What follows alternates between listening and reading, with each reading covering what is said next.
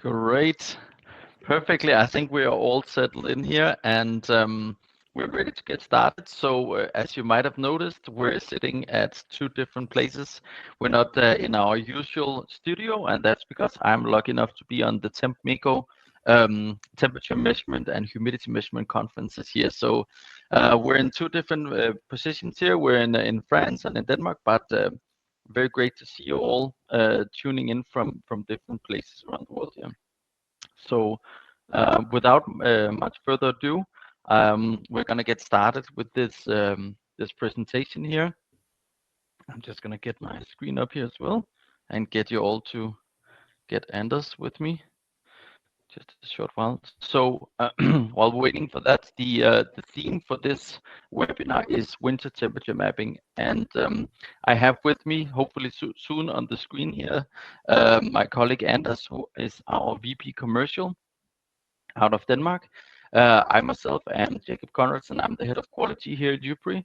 So my responsibilities are within ensuring that we keep all of our ISO standards, that we keep the quality high, and also related to our mapping services. But I'm going to hand it over to you, Anders, in terms of this next slide here. You could tell us a little bit about what is it that we do at GxP. Yeah, of course. Hi, everyone, and welcome to the webinar today.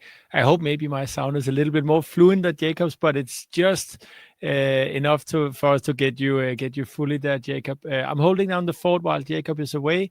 And in short, about us on GxP, we generally cover everything across validation to mapping and monitoring. And as some of you frequent ones to tune in will know, if you kind of take all of this together, that's when we get the notion of continuous monitoring and mapping, something that we can absolutely say is not conceptual anymore. It's really, really happening out there. I was in Billingham last week. I guess you know what kind of companies we have located there, and the research triangle a couple of weeks before. So it's really interesting to be on the very customer-facing side of things in UP these days and seeing how continuous monitoring and mapping is taking off, but also how we have a wonderful winter season coming up. And I guess that's a great bridge back to you, Jacob, in today's topic.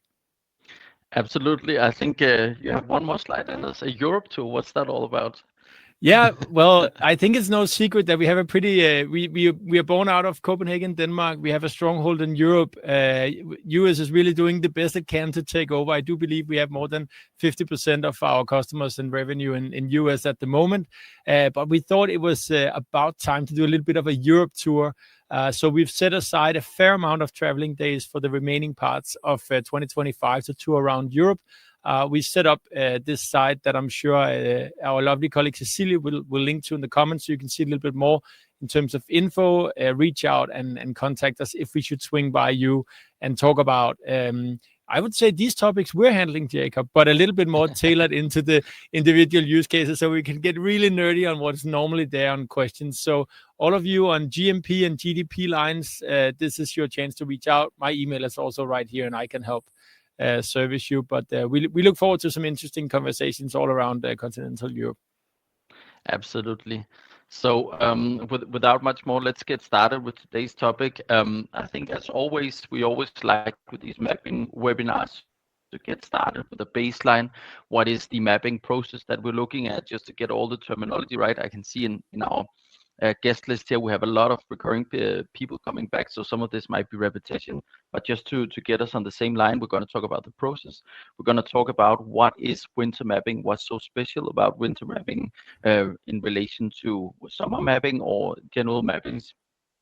And then we're going to deep dive into some of the considerations relating to what should you be concerned about, or what should take special care to when talking about winter mappings.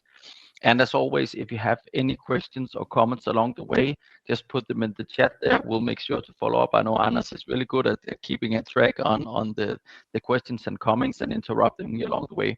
It always gets more exciting. First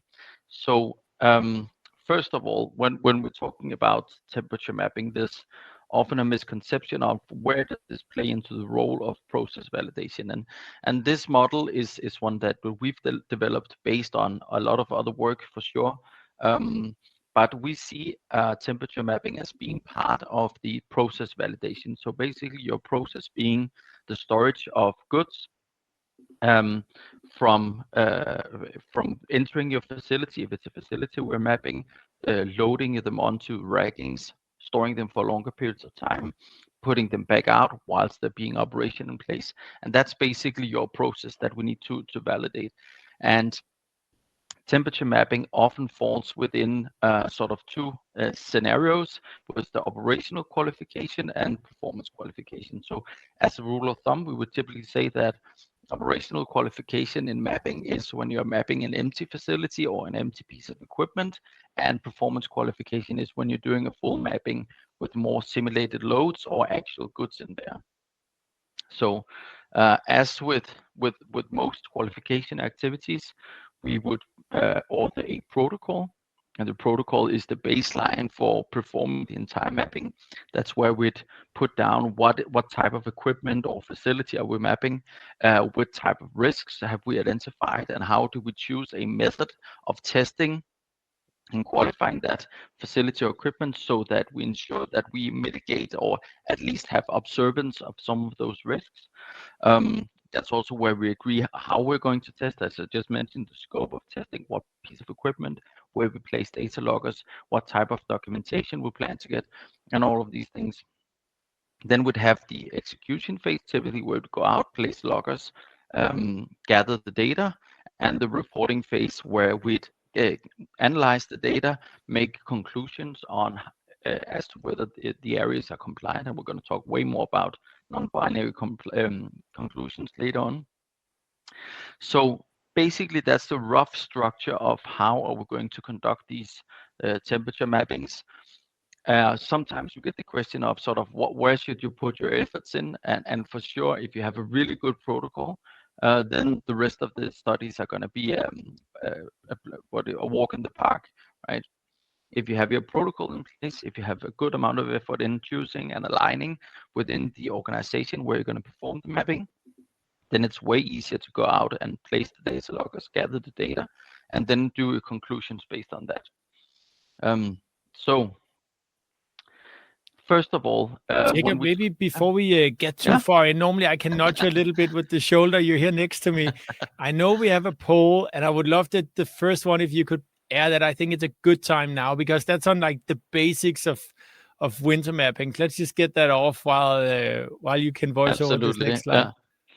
Yeah, so the first question, you should hopefully see it pop up on the screen here, is do you currently perform seasonal temperature mappings? And so from the get-go here, the typical approach, and the reason why we're even talking about winter mappings, is that we'd typically have a mapping during an initial season. That could be a summer season or could be a winter season, where we'd conduct some of our tests, and then following that, we'd often wait a period of time and conduct a mapping in the the opposite season. So that would typically be a summer and a winter mapping. This is mandated by all the different guidelines in the field. So there's not really a way to get out of it or ease into it, but it also makes a lot of technical sense. So first of all, when should you perform a winter and a summer mapping? Well, that's all the cases where you'd have a difference in external influences or risks, depending on whether it's summer outside or whether it's winter outside. So if you have a piece of equipment, let's say a freezer, an incubator, a fridge, whatever it might be, even up to a cold room, that's already inside of another temperature controlled room, well, then there's not much of a need for performing summer and winter mappings. And we'll get back into those specifics in later on in these slides. But before doing so, let's just see what the results are here. I'm very glad it is such. So again, it really depends on whether you have something, either facilities or equipment that is has an influence from the external environment, so that either the summer sun or the winter cold will have an influence and will be different depending on those. That's not the only effect to take into account, and we'll get into that later on. But yeah, let's move on here. We'll close this one down here. So just to get on the same page again in terms of what does a mapping typically look like. And now I've taken in the example here where we'd start in a summer period and we'll end our mapping initial mapping campaign in a winter period. So so first of all, when we talked about before about operational qualification and performance qualification, this would be a typical mapping scheme or test strategy that you would employ. So first of all, we'd map during empty situations. So typically, we'd perform a mapping, what we call stability testing. So basically, can the facility operate without any goods, just in a stable period? So that would often be something like 2 weeks of testing, a week or 2 weeks of testing under empty conditions without anyone entering or leaving the facility. We'd follow that up by a power failure study. So basically what happens if the power goes out. We'll do more of that. We have some other webinars detailing into the specific test strategies. We'd have a door opening test, so trying to simulate what happens if you open and use the facility.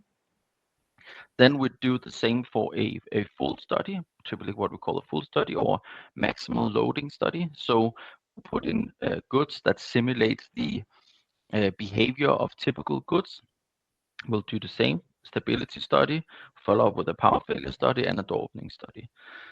All of those together contribute what we call a summer mapping. So if a summer mapping campaign would be over, then sometimes we would often recommend, and we see a lot of our customers doing, is that when you get to the winter period, you would already be in operation, because if you keep in an increased amount of data loggers, you can ensure that the temperatures are as they should be in all places with the degree of certainty that you've accounted to that.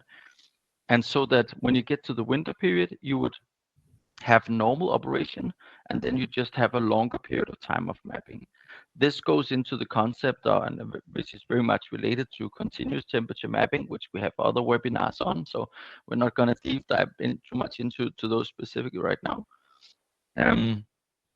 So that's typically what you need to remember. And then often you would write a protocol that would cover these two scenarios. You'd basically write a protocol saying, well, during summertime we'll do like this, wintertime we'll do like this. Or you can choose to write two different protocols, one specifically for the winter period and one specifically for the summer period. It really doesn't matter that much what you do, in my opinion, because the basics here are that you describe what your methodology is. And those specific methodologies surrounding winter periods and summer periods is what we're going to talk about today. Moving on a bit. So especially during a winter period, there will be some different considerations to take into account when designing your test strategies. So first of all, of course, you would have seasonal mappings. It's very important to describe that you plan to do this specific methodology because you know you're going to test again in the other season. You're going to consider where to place sensors, and the most important or the largest rationale behind choosing different positions for sensors is that you're trying to mitigate risk, and risk exactly is also one of the key drivers behind the difference between a summer mapping and a winter mapping, which we're going to talk about today. You'd also need to consider, are we doing ongoing validation, as in continuous temperature mapping in this case, or are we doing one-off mappings? Because there's a large difference, or there can be a large difference between selecting positions of loggers when you're trying to do something one-off and you want the safety of the data or the confidence that the data gives you to last for way longer than if you're doing a continuous case. And then last, you want to define the type and extent of your testing scope. So basically, for how long a period of time are you going to test, which kind of test do you include in the study, which are meant for summer, which are meant for winter, and vice versa. I hope this sort of makes sense. Absolutely. Yeah, Anders. I can see, and I'm really trying to fire up the comments here. I know we always get the questions really late in the webinar, so I'll start ahead with something that normally comes up. So I see we both have representatives of CROs, from CDMOs, GMPs, and GDPs. Are these the same process considerations and also requirements on the previous slide? Absolutely. It's a really good question, but basically these mapping guidelines which have been developed by now, we haven't really went into depth with which kind of different guidelines there are today, but basically they're the same no matter where you are, because the underlying reasoning behind these guidelines are technical. So they're sort of a merger between some technical guidelines, DKDR 57 from PCB, and some more quality-related guidelines, which are found in General Pharmacopoeia. And these guidelines are the same no matter what you're trying to do, because they're really based on sound technical reasoning. So I hope that sort of makes sense. And I managed to open up the comments. It's amazing. Let me do research as the first one. What is the main purpose for mapping with door opening? So that's a really good question. So when we say door openings, we're actually trying to say that we should test the facilities or the equipment with general usage. And I have yet to hear about a facility without any doors, because then it's very difficult to get goods in and out. So basically, a really good question. But the reasoning behind choosing door opening studies are that we're trying to simulate what operations will happen when we start using the facility. So there could be other types of operational testings that you could think about, but typically door openings are the main ones. So that would both be doors for personnel, but it would also be doors and gates for goods, um, loading and unloading of goods. Yeah. And I know we'll focus mainly on, let's see, this seasonality around mappings today, but obviously this leans into the territory of OQ, PQ, and in the PQ. So when we are in operations, changing, let's say, use of whatever space you were mapping. This is alluding to Amal's question on saying one-off mappings. Go a little bit deeper into that, which of course would be an initial one, but assuming a status quo for forever. What can we share here to lean up against in terms of when we talk ongoing validation versus one-off mappings? Yeah, so that's a really good question. The basics of it is that we need to ensure ongoing compliance. We need to ensure that the facility are well suited for the intended purpose. That also implies that you need to know the intended purpose. How do you plan to use it? What are the requirements for the process you're trying to achieve? So whenever the typical approach is to do a one-off mapping in the beginning, and then quite clearly described in the different guidelines, both from WHO and from ISP, is that yearly or at regular intervals, and we tend to interpret that as yearly, you need to review all the change documentation, just like any other system, whether it be a piece of software or a machine. Ensure that no changes have happened, or if any changes have happened, that they will not have any negative impact on the performance of that system. And if so, you need to revalidate it, aka remapping. So basically, it's about, do you want to have continuous monitoring on having a larger data set to confirm that you're still in compliance, or do you want to review the changes made to that system? I think for anyone working with computerized systems validation, it's very much a twin to CSV versus CSA, that has been in play from ISP's guidelines on controlled temperature mapping since 2015, if I remember correctly. Yeah. So I think for the sake of time, we'll just move on here, and then Exactly. I have no doubts that Anders will interrupt me if we get more I questions. could keep going. Yeah, we'll Yeah. come back to So your question later, Amal, if we can. Thanks. absolutely, and some great questions, by the way. Thank you very much. So what are some special considerations, especially when we're talking winter mapping? So there's some great, we have some, I can say great webinars. We have some other webinars, at least on general mapping. But specifically for winter, there are some considerations which you should think about when writing the protocol and designing your test methodologies. So the first one is, when is winter? I mean, no one says that the winter that we're coming into right now, at least here in Denmark and in most of Europe, we don't know whether that's going to be the worst winter for the next 30 years. We don't know which period of time is going to be the coldest this winter. So that's definitely a consideration. Another thing to think about is that we'll start having hot and cold surfaces.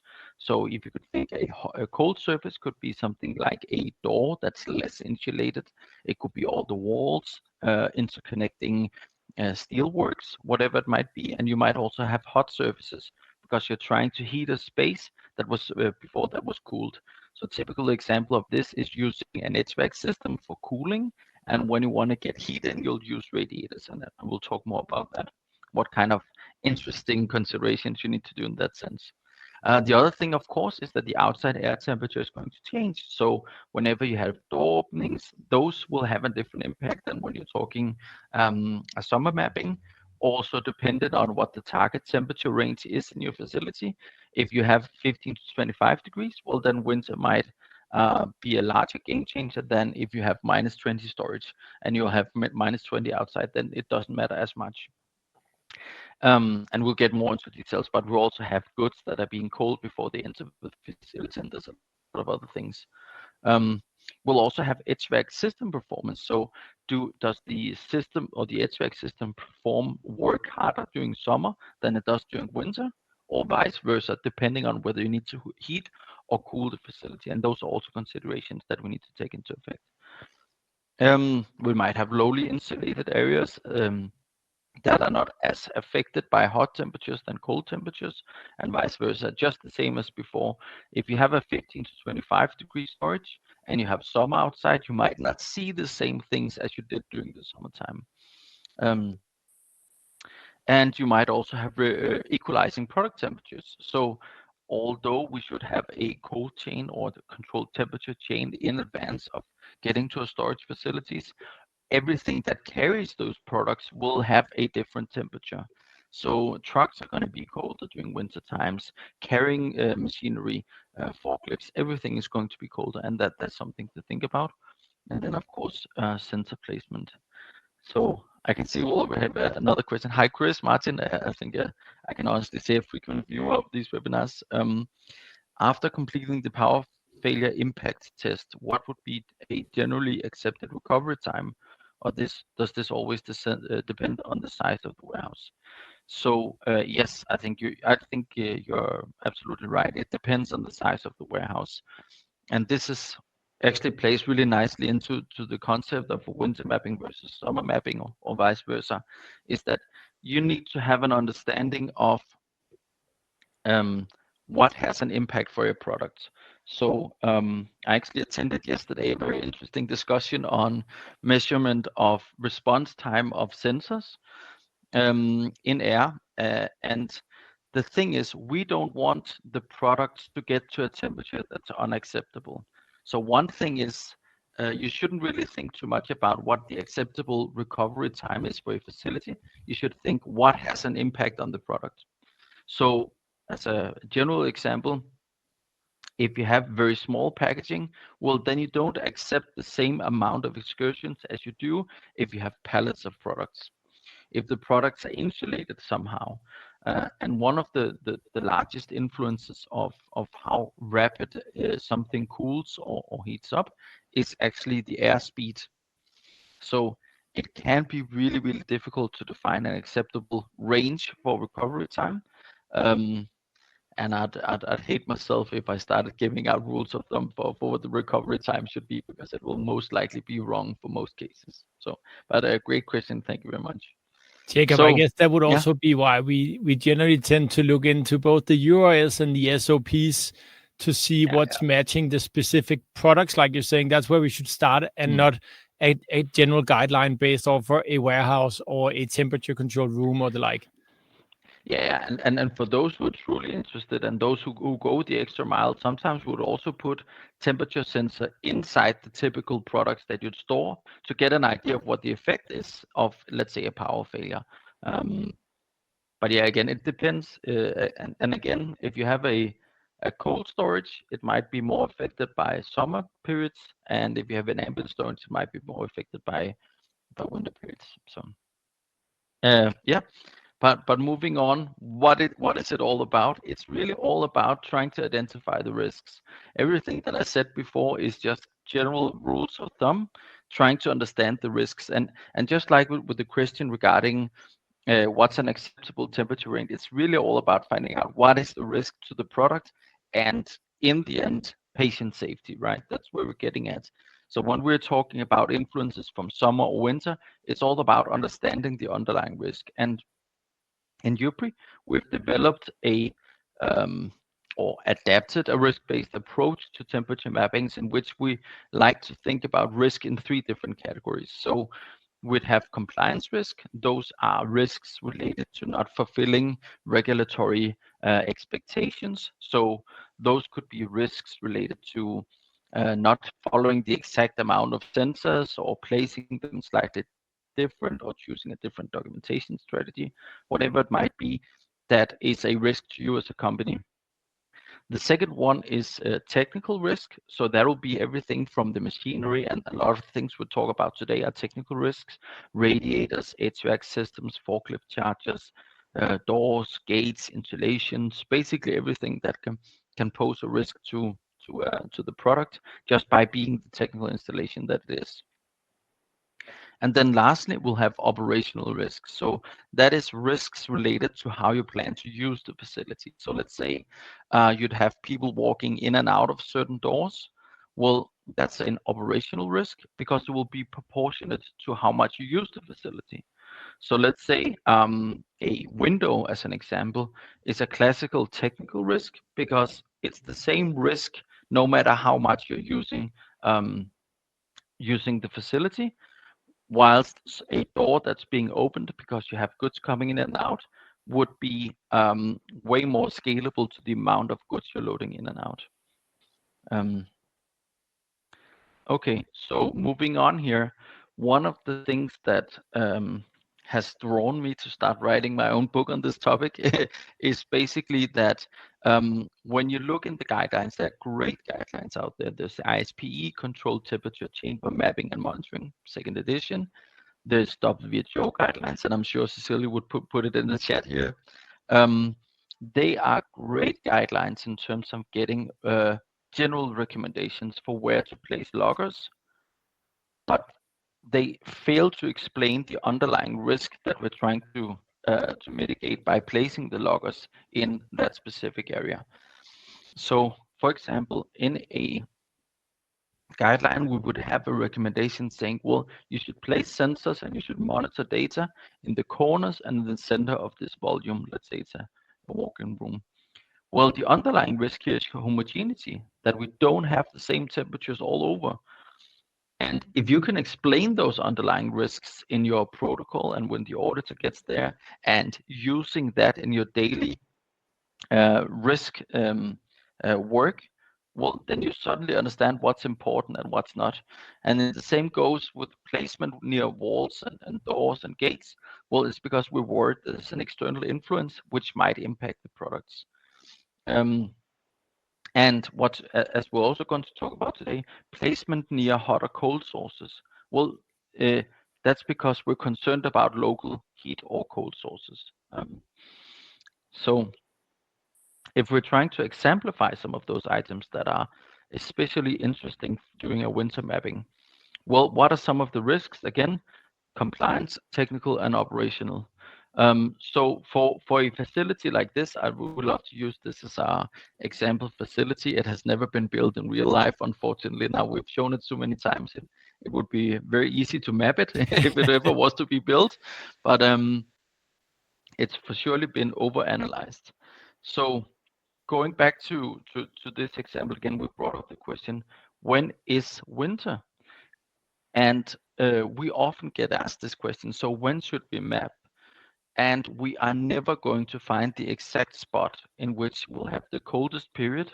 Let's say we have as an example, would have a 2-week mapping campaign during a winter period. We would never get the coldest period of this time. What's important here is as well understanding then when you have a one-off measurement, the reality is going to change the second after the second after your mapping period is over. Those considerations, those risks, those conditions are going to change. So it's not as important having mapped at the exact coldest that winter, the important thing is that you understand the risk associated with having measured, let's say, 5 degrees above what is typically a winter. So when you start comparing, so what is truly important is, of course, that you try to aim for having the coldest period. But what is even more important is that you get the data for how cold was it actually at the point in time. So let's say it was freezing, 0 degrees Celsius, and you compare the data with the summer mapping you have, and you look at the differences in terms of hot and cold spots, that you use those recommendations and that knowledge to see, well, okay, we're going into a winter with minus 10 degrees. So maybe the hot spots that we have, we need to be extra careful, or the cold spots and the hot spots, we need to be extra careful about those. But in general, when we find out that we have areas that are at risk of being too cold, well, those are going to be the same areas, whether it's 0 degrees, minus 10, or minus 20 degrees outside. Jakob, would you mind launching the second poll? Because that's actually a question on what the biggest challenges are regarding seasonal mapping. And obviously one of those options are finding the right time window. But I don't know if that's would be interesting to see what are the biggest challenges of the audience today. So let's see, what's your biggest challenge regarding seasonal mappings? It'll be a short time before we'll start having some answers in here. Finding the right time window for now. Yeah, that was very fast. Thank you very much. So, again, the truly important thing to remember here is the same as we are not necessarily mapping all year round. We will also not be mapping the exact conditions that we're operating under. And the general assumption here is that when we found a hot spot and we found a cold spot, that cold spot is going to be the same spot. We're going to measure the coldest temperature throughout the year, or and years to come. So I'm a bit surprised actually that this is the largest thing, but also but can I pull forward what Frank Peters is saying here, that's to the other one, and please elaborating in the chat. If there's simply too many cold spots and hot spots on average, and then to find the absolute values, what to do then, Jacob?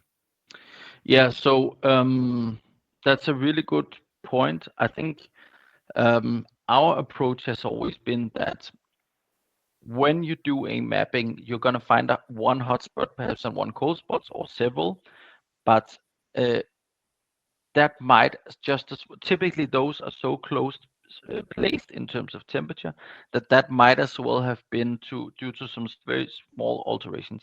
Typically, what we would suggest is that you define cold areas or cold zones and hot zones, and if you place constant monitoring in those places, the chances of you finding out whether there are potential issues is the same no matter where you place it, as long as those are sort of physically quite close to each other. Sometimes it makes sense to have several hot spots and several cold spots, and often really does. But we must also remember that performing a mapping, this will never be a substitute for ongoing trend analysis. We need to keep the data from the mapping at the back of our minds when placing these sensors and when reviewing the data from these sensors from the ongoing monitoring, because we need to find out, are we approaching somewhere that might be dangerous to the product? So from spots to zones, essentially, and then as an underlying thing, obviously those that are still running their mappings off of paper, running these analyses is a very, very tough job. So surely there's other software solutions than us out there, but that helps out quite a lot in the trend analysis you're talking about here. And Frank, we also have a slide on this at the end here. So I thank you so much for laying it up for me. Just moving on a bit here. One of the other considerations is back to high school here. That we often have when we're talking, not often, when we're talking heat sources, we'd have three different types of heat movement or energy movement.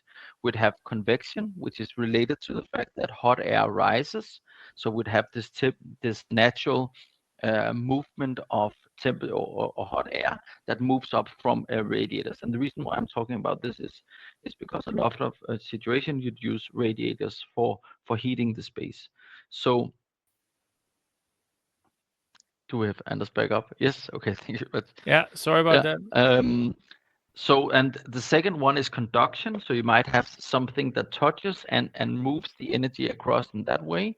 And then you'd have radiation. So everyone who's ever been near a fire and trying to warm yourself up near a fire will notice quite easily that heat is light and radiation like everything else, and it radiates away.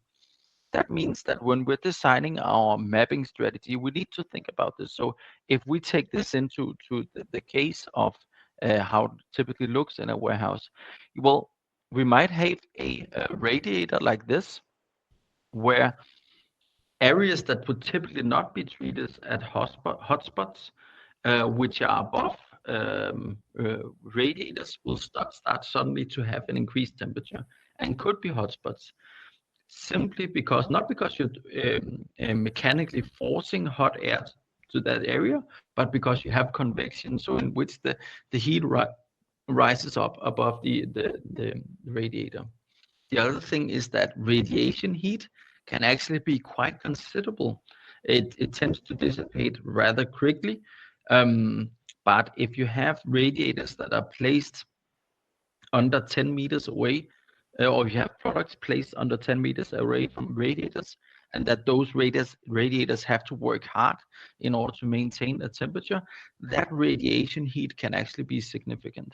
And we would need to place sensors in those positions to ensure that it does not have too large of an impact of the on the product.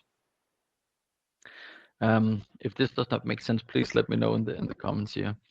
So in terms of the external influences, we'd again consider the wind and the sun, which areas of our facility are affected. Now, there might not be the same amount of sun, and typically also can be very hard to get a general sense of where the wind is coming from, but it can have an impact, especially when we're blowing very cold wind in.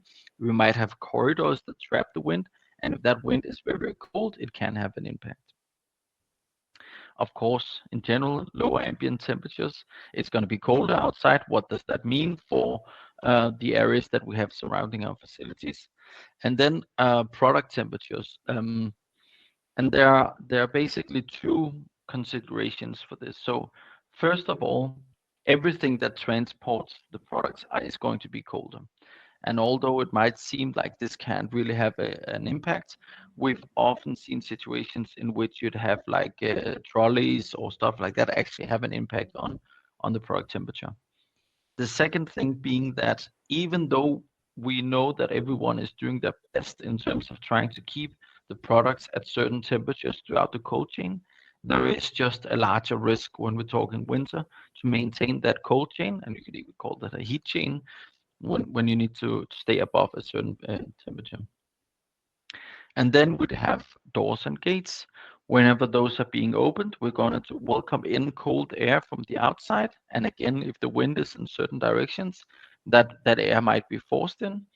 But as well, the fact that doors and gates are typically not insulated to the same extent as general doors in the facility.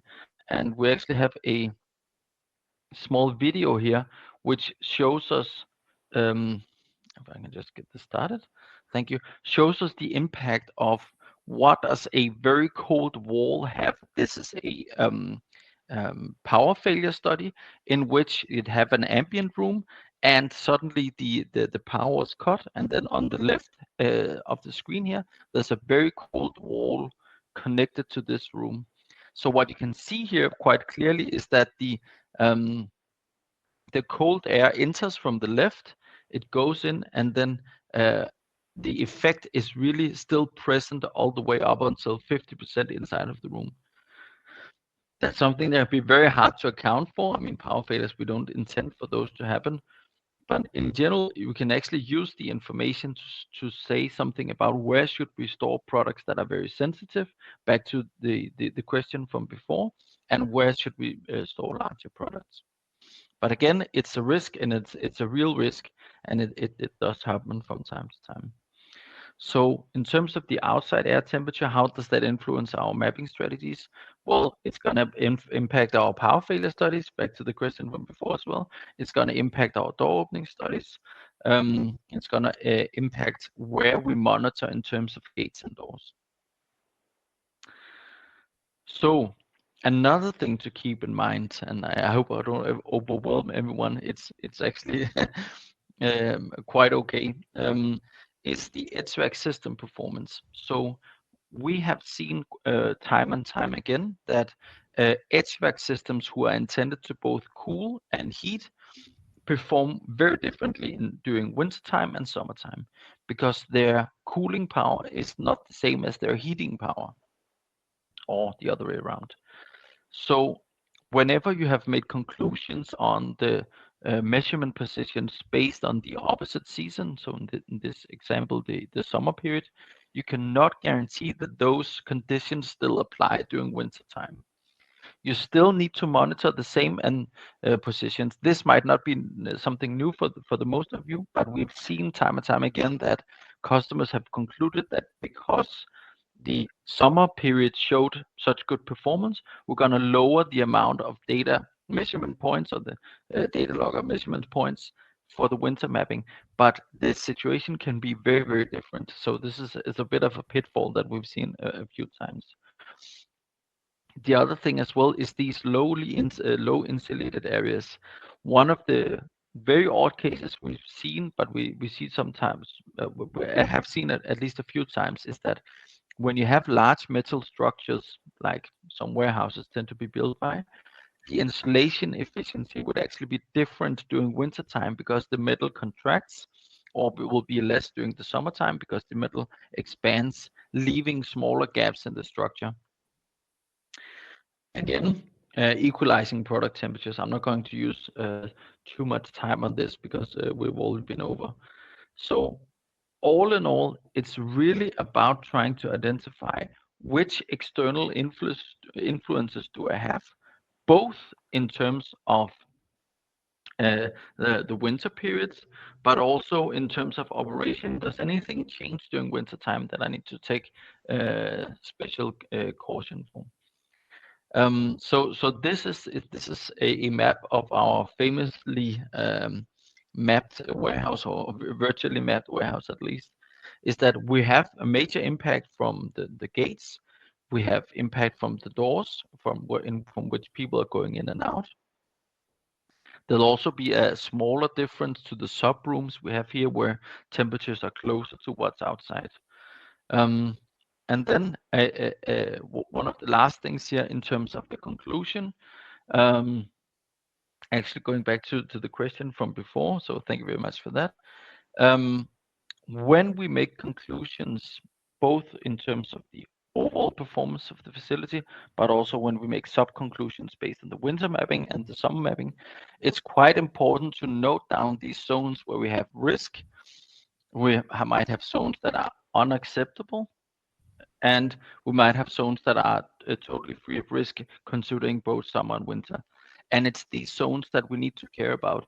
I know that we tend to talk a lot about hot spots and cold spots, but it's really about risk. So it's in my view, we should talk about risk zones, and those zones could either be hot zones or cold zones, or vice versa, because they are specific areas to keep out for.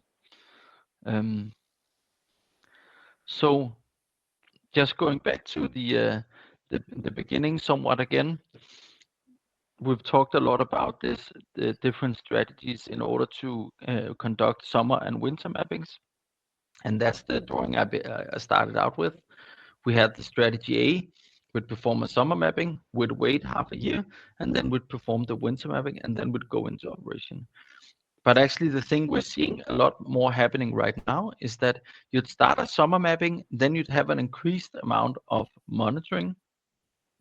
In essence, keeping your data loggers in place. Don't spend time on taking them down, and then using those loggers to perform the winter mapping, which means you'd get into operation way earlier, and you'd still have the same confidence that the data is within the acceptable range. And then lastly, one of the things that we're really starting to see taking off is continuous temperature mapping and monitoring, in which you'd install sensors for a mapping and then keep those sensors in place basically forever, which means that you have a ongoing mapping over and over and over again, ensuring that the cold spots don't move around, that the hot spots don't move around, and that there are no new risk zones being showing up. So with that, I still think we have a last poll here. Or we don't. I don't think we know we have left. I think we have the time for questions now, Yeah. and we have Kishore that's asking for how to determine number of thermocouples, or what we call data loggers, or measuring points and a placement position. There's a link a little bit further up from Cecilia on WHO guidelines, and maybe Cecilia could be helpful in putting the ISP in there as well. And then I kind of want to allude back to an elaborated question we got from Amal earlier, the notion of one-off mapping. So could you please explain what is meant by one-off mappings and how they differ from ongoing validation? And could you give an example of a one-off mapping in a real-world setup and how it is applied? Yes. So absolutely, I would say the one-off mappings are basically the standard approach to performing mapping, right? Whenever you'd get a new facility, fridge, freezer, piece of equipment, whatever it might be, you'd perform a mapping on that system. That might include seasonal mappings and it might not. Then at regular intervals, you'd review the change control data for that equipment or facility and determine whether it was time to do yet another mapping. So in contrast to continuous mapping, you'd install during continuous mapping, you install sensors that are there to stay and which have an ongoing monitoring of the thermal performance of your equipment or a facility. So basically, much like, as I said before, much like computerized systems validation, in which you do systematic validation of a system, assess changes as they come along. What we're seeing right now is that with the invent of computerized system assurance, where you have a much more agile and recurring approach to validation. I hope that somewhat answered the Yeah, I question. think it does. And maybe I can try and add a bit of a like outside in customer perspective on this. So let's take the last couple of projects we've run on continuous mapping and monitoring, like we're talking about now, just to give you something concrete to lean up against. I see that we generally lean up against 2 to 6 times the amount of measuring points or thermocouples, as it was also mentioned today. We see 20 to 30% lower total cost of ownership, so the total expenditure of running the setup across a 3 to 5 year period. And obviously a big player here is the notion of way less need of mappings, so we can have this higher readiness out there.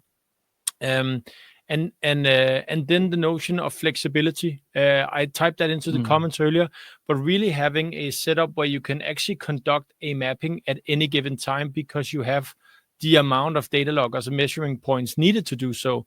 So for all of the risks you've highlighted today, with the risk-based approach to follow, but also just life and operations of a business, change in use of spaces, could be doors opening more. That's something we talked about today. Could be we get new forklifts and they produce more heat than the old ones, even though they're battery powered or whatever it might be.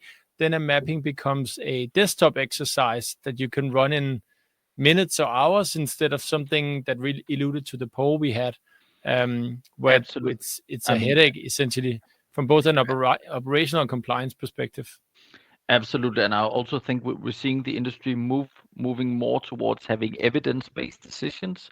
So Sure. rather than doing these assessments based on perceived changes or perceived impact, we're starting to see both industry and auditors moving towards, and governmental bodies moving towards requiring that you do evidence-based impacts as well, rather than trying to guess at what kind of impact this has had.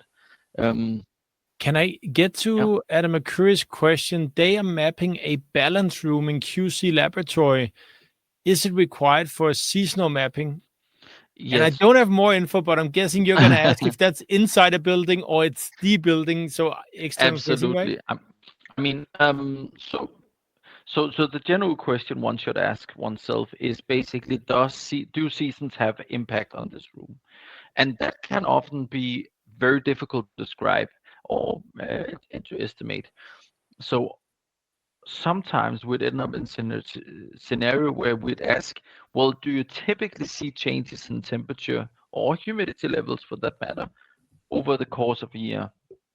And often there is data enough to go back and sort of have a guesstimate on or get an indication as to whether seasons do have an impact. I know that if it's the general balance room, the requirements for the temperature in those rooms are very, very strict. So it can really be considered to map both summer and winter, or at least have an idea of whether it has an impact based on some actual data. Yeah. Great. You covered Chris Martin, frequent visitor of the show. Great to have you here, Chris. I Yeah. think we kind of covered all the questions for now. We do have time for one or two more, like I just wrote. So if you were holding back or have any final questions for Jacob, just let us know. So we actually have a question here. I can see, what is the requirement for thermal mapping of new facility for OSD? Also suggest the duration for empty and loaded conditions and mapping requirements for manufacturing suites. So Yeah, and OSD is all solid dosage, right? Just to, yeah, sorry. Yeah. also solid dosage. So generally, if again, the question to ask oneself is, does the temperature have an impact on the efficacy or the validity of the process or the product? And for OSDs, it absolutely does. So you do need to perform mapping, at least that's what we see out there. The general consideration in terms of the duration for empty and loaded conditions is typically that if you have something that's bigger than a very small room, so let's say 30 square meters, 20 square meters, you need to consider having something like a week or two. It might seem like a very long period, but then again, remember that you don't have to sit there and watch the data. You don't have to sit there and look at the loggers while they're measuring. Often you can do this during normal operation or when it's in stable environments. So in general, the larger the room, the more sporadic the operations are, the longer periods of time you need to map for. If it's an empty stability study for something that's not really affected, we can be down to something like 48 or 72 hours. Yeah, but I think that was the totality of all the questions in there. Thank you very much, everyone. Oh, we Okay, got Frank. We got Frank time. Peters. You You just managed, had Frank. us in the last second here. So, do you generally perform formal door open and power fail tests for ambient warehouses? We absolutely do. And we're also seeing that it can be very hard to determine which kind of doors and the systematic approach to opening some doors and others, especially if we're talking large warehouses. So typically we'd break it down to areas that are physically very far from each other or can be separated in some other way, logic way, and then perform door openings independently on those. But yes, we need to do it. Power failure tests really depends on whether you have other mitigating actions in place to ensure that power failure does not really impact. So let's say you have emergency backup generators or such, then it's typically accepted not to perform power failure studies. I think that was the totality of it. Thank you very much, everyone, for attending. Thank you very much for all the great questions. And remember that we do a webinar once every month at least. And we also do have a lot of other webinars on our website. So thank you very much for attending, and we'll hope to see you next time. Bye.